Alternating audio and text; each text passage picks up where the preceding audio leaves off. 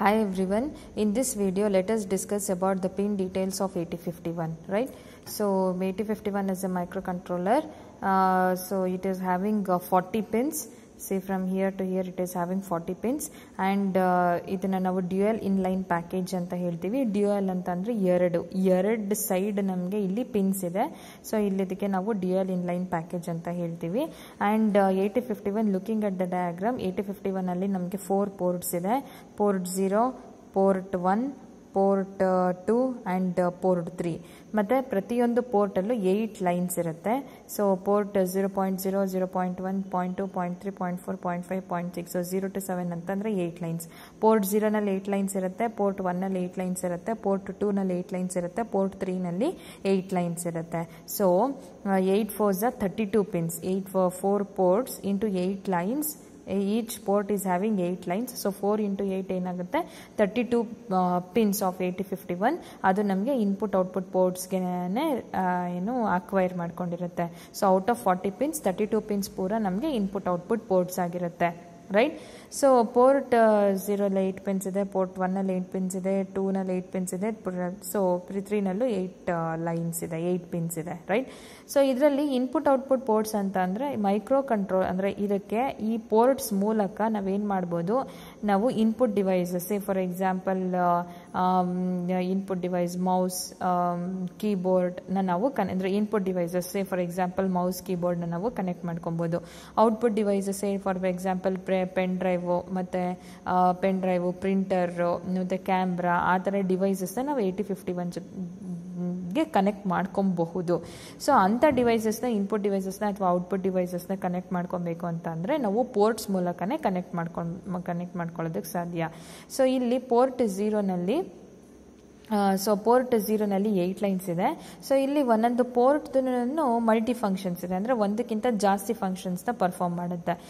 Port 0 ನಲ್ಲಿ ಏನಾಗುತ್ತೆ ಅಂತ ಅಂದರೆ ಇಲ್ಲಿ ನಾವು ಪೋರ್ಟ್ 0 ನಲ್ಲಿ ಬೇಕಾದ್ರೆ ಇನ್ಪುಟ್ ಡಿವೈಸ್ ಆದರೂ ಕನೆಕ್ಟ್ ಮಾಡ್ಕೊಬೋದು ಅಥವಾ ಔಟ್ಪುಟ್ ಡಿವೈಸ್ ಆದರೂ ಕನೆಕ್ಟ್ ಮಾಡ್ಕೊಬೋದು. ಇನ್ಪುಟ್ ಡಿವೈಸ್ನ ಕನೆಕ್ಟ್ ಮಾಡಿದ್ರೆ ಇನ್ಪುಟ್ ಪೋರ್ಟ್ ಥರ ಆ್ಯಕ್ಟ್ ಮಾಡುತ್ತೆ, ಔಟ್ಪುಟ್ ಡಿವೈಸ್ನ ಕನೆಕ್ಟ್ ಮಾಡ್ಕೊಂಡ್ರೆ ಔಟ್ಪುಟ್ ಪೋರ್ಟ್ ಥರ ಆ್ಯಕ್ಟ್ ಮಾಡುತ್ತೆ, right? So apart from that port 0 can not be used as A input output port. Apart from that it is having address and data lines. Apart from input port ಮತ್ತು output port ತರ act ಮಾಡೋದ್ರ ಜೊತೆಗೆ it can be used as the address and the data lines. It carries address and data lines from 0 to 7, right?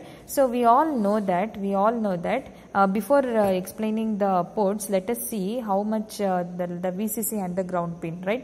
Here 40 pin is the VCC and the ground pin is 20. So it requires just plus 5 volts of power supply. So 40 is the VCC pin and 20 is the ground pin. And it is we all know that the 8051 has got 128 bytes of RAM, internal RAM, right? It is having 128 bytes of internal RAM, right? And it is having 4 kilobytes of internal ROM, right? So 4 kilobytes of 128 bytes of RAM ಇದೆ, 4 kilobytes of ROM ಅಂತ ಇದೆ.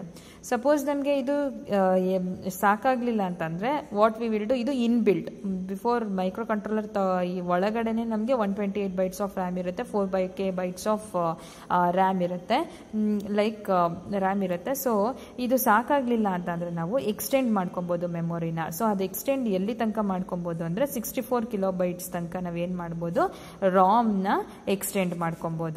So 64 kilobytes ಅಂದರೆ ಎಷ್ಟಾಗುತ್ತೆ, 65,536 ಏನಾಗಿರುತ್ತೆ memory locations ಇರುತ್ತೆ. ಅಂದರೆ 64K ಅಂತ ಅಂದರೆ ಅದನ್ನು ಸ್ಪ್ಲಿಟ್ ಮಾಡಿ ಬರೆದ್ರೆ 65,536 ಮೆಮೊರಿ ಲೊಕೇಶನ್ಸ್ ಇರುತ್ತೆ. ಸೊ ಇವಾಗ ನಾವು ಇದನ್ನ ಡೆಸಿಮಲ್ ಅಲ್ಲಿ ಹೇಳ್ತಾ ಇರೋದು 65,536ನ. ಹೆಕ್ಸಾಡೆಸಿಮಲ್ ಅಲ್ಲಿ ಹೇಳಿದ್ರೆ ಏನಂದ್ರೆ ಇದು ಡೆಸಿಮಲ್ ಅಲ್ಲಿ ಹೇಳ್ತಾ ಇರೋದು. ಸೊ ಇವಾಗ ನಾವು ಫ್ರಮ್ 00 ಅಂತ ಕನ್ಸಿಡರ್ ಮಾಡಿದ್ರೆ ಏನಾಗುತ್ತೆ, 65,535 ತನಕ ಒಟ್ಟು ಎಷ್ಟಿರುತ್ತೆ, 65,536 ಮೆಮೊರಿ ಲೊಕೇಶನ್ಸ್ ಇರುತ್ತೆ, ರೈಟ್? ಸೊ ಇವಾಗ ನಾವು ಇದು ಡೆಸಿಮಲ್ ಅಲ್ಲಿ ಹೇಳ್ತಾ ಇರೋದು. ಹೆಕ್ಸಾಡೆಸಿಮಲ್ ಅಲ್ಲಿ ಹೇಳಿದ್ರೆ ಏನಾಗುತ್ತೆ ಅಂದ್ರೆ ಫ್ರಮ್ 00 to FFF ಅಂತ ಇರುತ್ತೆ. ಸೊ ಎಷ್ಟು ಲೊಕೇಶನ್ಸ್ ಇರುತ್ತೆ, 65,536. ಫ್ರಮ್ 0 ಇಂದ ಸ್ಟಾರ್ಟ್ ಮಾಡೋದ್ರಿಂದ 535ಗೆ ಎಂಡ್ ಆಗುತ್ತೆ. ಸೊ ಇದು ಹೆಕ್ಸಾಡೆಸಿಮಲ್ ಅಲ್ಲಿ ಇದೆ, ರೈಟ್?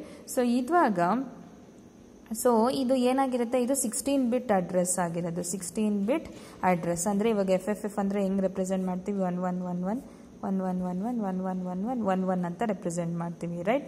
ಸೊ ಇದೆಷ್ಟಾಯಿತು, 16 ಬಿಟ್ ಅಡ್ರೆಸ್ ಆಯಿತು, right. 16 bit address, right.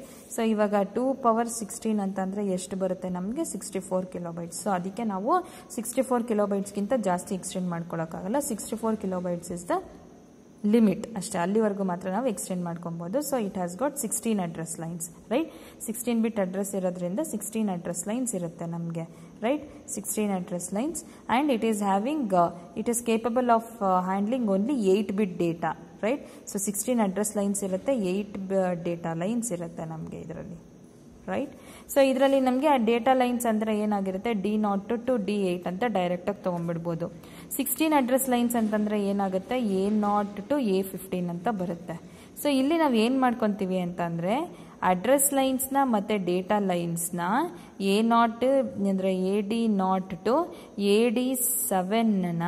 So ಇಲ್ಲಿ ಏನಾಗುತ್ತೆ ಅಂತಂದರೆ ಇಲ್ಲಿ 16 ಪಿನ್ಸು, ಇಲ್ಲಿ 18 ಪಿನ್ಸ್ ಅಂತಂದರೆ ಆಲ್ಮೋಸ್ಟ್ 24 ಪಿನ್ಸ್ನ ಏನಾಗುತ್ತೆ ನಾವು ಅಡ್ರೆಸ್ ಆ್ಯಂಡ್ ಡೇಟಾ ಲೈನ್ಸ್ಗೆ ಯೂಸ್ ಮಾಡ್ಕೊಬೇಕಾಗತ್ತೆ. So 32 pins input output 32 pins input output lines ಇರುತ್ತೆ, ಪ್ಲಸ್ 24 ಆದರೆ ಏನಾಗುತ್ತೆ 56 ಪಿನ್ಸ್ ಆಗೋಗುತ್ತೆ.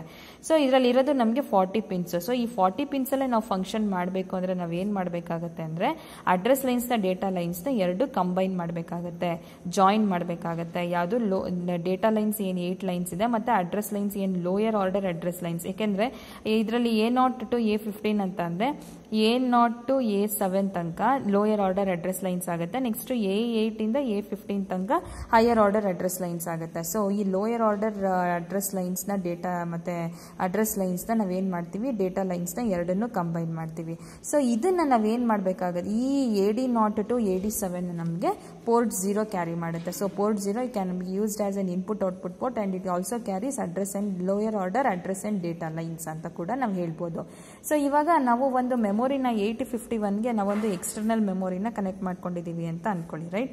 8051ಗೆ ಒಂದು ಎಕ್ಸ್ಟರ್ನಲ್ ಮೆಮೊರಿನ ಕನೆಕ್ಟ್ ಮಾಡ್ಕೊಂಡಿದ್ದೀವಿ ಅಂತ ಅನ್ಕೊಳ್ಳಿ. ಸೊ ಈ ಮೆಮೊರಿನಲ್ಲಿ ಎಷ್ಟೊಂದು ಲೊಕೇಶನ್ಸ್ ಇದೆ ಅಂತ ಅನ್ಕೊಳ್ಳಿ. ಸೊ ನಾವು ಇದನ್ನ ಈ ಲೊಕೇಶನ್ ನಾವು ಆಕ್ಸೆಸ್ ಮಾಡಬೇಕು ಅಂತ ಅನ್ಕೊಳ್ಳಿ. ಸೊ ಇದಕ್ಕೆ ಒಂದು ಅಡ್ರೆಸ್ ಅಂತ ಇರುತ್ತೆ ಅಲ್ವಾ. ಸೇ ಫಾರ್ ಎಕ್ಸಾಂಪಲ್ ಇದು 1234H ಅಂತ ಅನ್ಕೊಳ್ಳಿ. ಈ ಮೆಮೊರಿ ಲೊಕೇಶನ್ ಅಡ್ರೆಸ್ 1234 ಅಂತ ಅನ್ಕೊಳ್ಳಿ. ಸೊ ಈ ಮೆಮೊರಿ ಲೊಕೇಶನ್ ಆಕ್ಸೆಸ್ ಮಾಡಬೇಕು ಅಂತಂದ್ರೆ ನಾವೇನು ಈ ಮೆಮೊರಿ ಲೊಕೇಶನ್ಗೆ ಈ ಮೆಮೊರಿ ಲೊಕೇಶನ್ ಡೇಟಾ ಇದೆ ಅಂತ ಅನ್ಕೊಳ್ಳಿ. 96 ಅಂತ ಒಂದು ಡೇಟಾ ಇದೆ ಅಂತ ಅನ್ಕೊಳ್ಳಿ. ಈ ಮೆಮೊರಿ ಲೊಕೇಶನಲ್ಲಿ 96 ಅಂತ ಒಂದು ಡೇಟಾ ಇದೆ, ಅದನ್ನು ಆಕ್ಸೆಸ್ ಮಾಡಬೇಕು ಅಂತ ಅನ್ಕೊಳ್ಳಿ. ಆವಾಗ ಏನು ಮಾಡ್ತೀವಿ, 8051ನಲ್ಲಿರೋ ಸಿ ಪಿ ಯುಗೆ ನಾವೇನು ಮಾಡ್ತೀವಿ, ಫಸ್ಟು ಅಡ್ರೆಸ್ನ ಪಾಯಿಂಟ್ ಔಟ್ ಮಾಡೋಕ್ಕೆ ಹೇಳ್ತೀವಿ. ಯಾಕೆ ಅಂತಂದರೆ ಒಂದು ಮೆಮೊರಿನ ನಾವು ರೀಡ್ ಮಾಡಬೇಕು ಅಥವಾ ರೈಟ್ ಮಾಡಬೇಕು ಅಂದರೆ ಫಸ್ಟು ಅದರ ಅಡ್ರೆಸ್ನ ಪಾಯಿಂಟ್ ಔಟ್ ಮಾಡ್ಕೊಬೇಕು. ಆಮೇಲೆ ಅದ್ರ ಒಳಗಡೆ ರೀಡ್ ಮಾಡೋದ ರೈಟ್ ಮಾಡೋದ ನಾವು ಪರ್ಫಾರ್ಮ್ ಮಾಡ್ತೀವಿ. ಸೊ ಇವಾಗ ಫಸ್ಟ್ ನಾವೇನು ಮಾಡಬೇಕು ಅಂದರೆ ಈ ಅಡ್ರೆಸ್ನ ಪಾಯಿಂಟ್ ಔಟ್ ಮಾಡಬೇಕು. ಅಡ್ರೆಸ್ನ ಪಾಯಿಂಟ್ ಔಟ್ ಮಾಡೋದಕ್ಕೆ ಫಸ್ಟ್ ನಾವೇನು ಯೂಸ್ ಮಾಡಬೇಕಾಗುತ್ತೆ, ಅಡ್ರೆಸ್ ಲೈನ್ಸ್ನ ನಾವು ಯೂಸ್ ಮಾಡಬೇಕಾಗುತ್ತೆ. ಅಡ್ರೆಸ್ನ ಪಾಯಿಂಟ್ ಔಟ್ ಮಾಡಿದಾದ್ಮೇಲೆ ಏನು ಮಾಡ್ತೀವಿ, ಡೇಟಾ ಲೈನ್ಸ್ನ ಎನೇಬಲ್ ಮಾಡಿ ಡೇಟಾನ 96Hನ ಈ ಪರ್ಟಿಕ್ಯುಲರ್ ಮೆಮೊರಿ ಲೊಕೇಶನಲ್ಲಿ ರೈಟ್ ಮಾಡ್ತೀವಿ.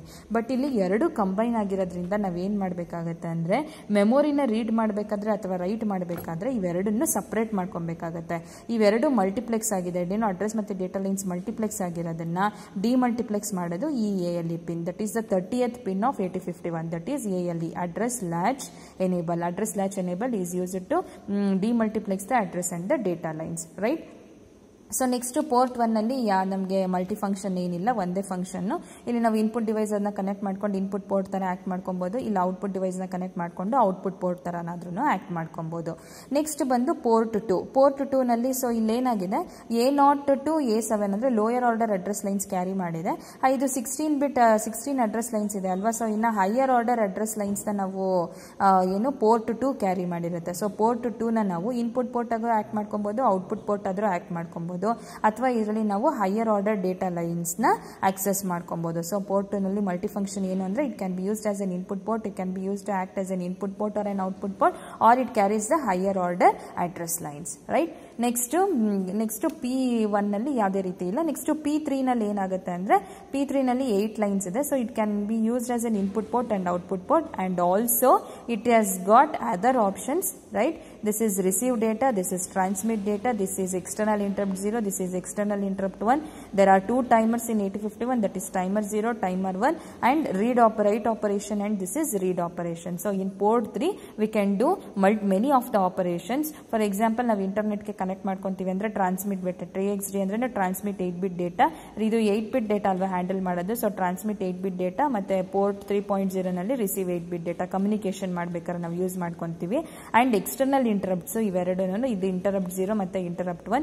ಎಕ್ಸ್ಟರ್ನಲ್ ಇಂಟರಪ್ಟ್ಸ್ ಅಂದ್ರೆ ಬೇಕಾದ್ರೆ ನಾವು ಸ್ವಿಚ್ ನ ಕನೆಕ್ಟ್ ಮಾಡ್ಕೊಂಡು ಸ್ವಿಚ್ ನ ಆನ್ ಮಾಡಿ ಬೇಕಾದ್ರೆ ಆಫ್ ಮಾಡೋ ತರ.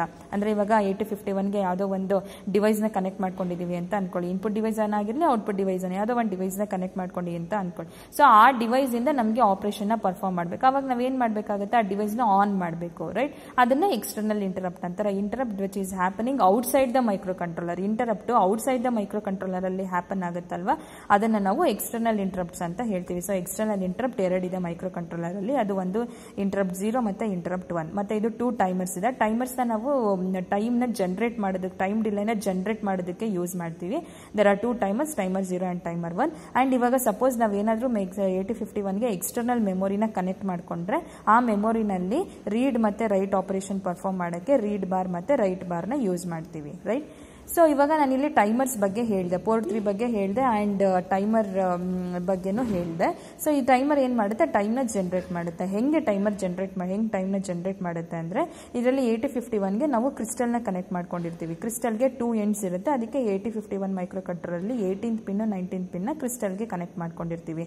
ಸೊ ಇದು ನಮಗೆ ನಾವು ಎಷ್ಟು ಕ್ರಿಸ್ಟಲ್ ನ ಕನೆಕ್ಟ್ ಮಾಡ್ಕೊಂಡಿರ್ತೀವಿ ಅಂದ್ರೆ ಅದು ಫ್ರೀಕ್ವೆನ್ಸಿ ಬಂದು ಥಿಯರಿಟಿಕಲ್ ಆಗಿ 11.0592 ಮೆಗಾ ಹರ್ಟ್ಸ್ ನ ನಾವು ಕನೆಕ್ಟ್ ಮಾಡ್ಕೊಂಡಿರ್ತೀವಿ. ಬಟ್ ಪ್ರಾಕ್ಟಿಕಲ್ ಆಗಿ ನಾವು ಇಷ್ಟನ್ನೇ ಕನೆಕ್ಟ್ ಮಾಡ್ಕೊಳ್ಳೋದು. ಥಿಯರಿಟಿಕಲ್ ಆಗಿ ನಾವು ಸುಮ್ಮನೆ ಮ್ಯಾಕ್ಸಿಮಮ್ 12 ಮೆಗಾ ಹರ್ಟ್ಸ್ ನ ಕನೆಕ್ಟ್ ಮಾಡ್ಕೊಂತೀವಿ. ಸೊ ಇದರಿಂದ ನಮ್ಗೆ ಏನಾಗುತ್ತೆ, ಟೈಮಿಂಗ್ಸ್ ಜನರೇಟ್ ಆಗುತ್ತೆ. This is use to connect the crystal of frequency 11.0592 mega hertz, right?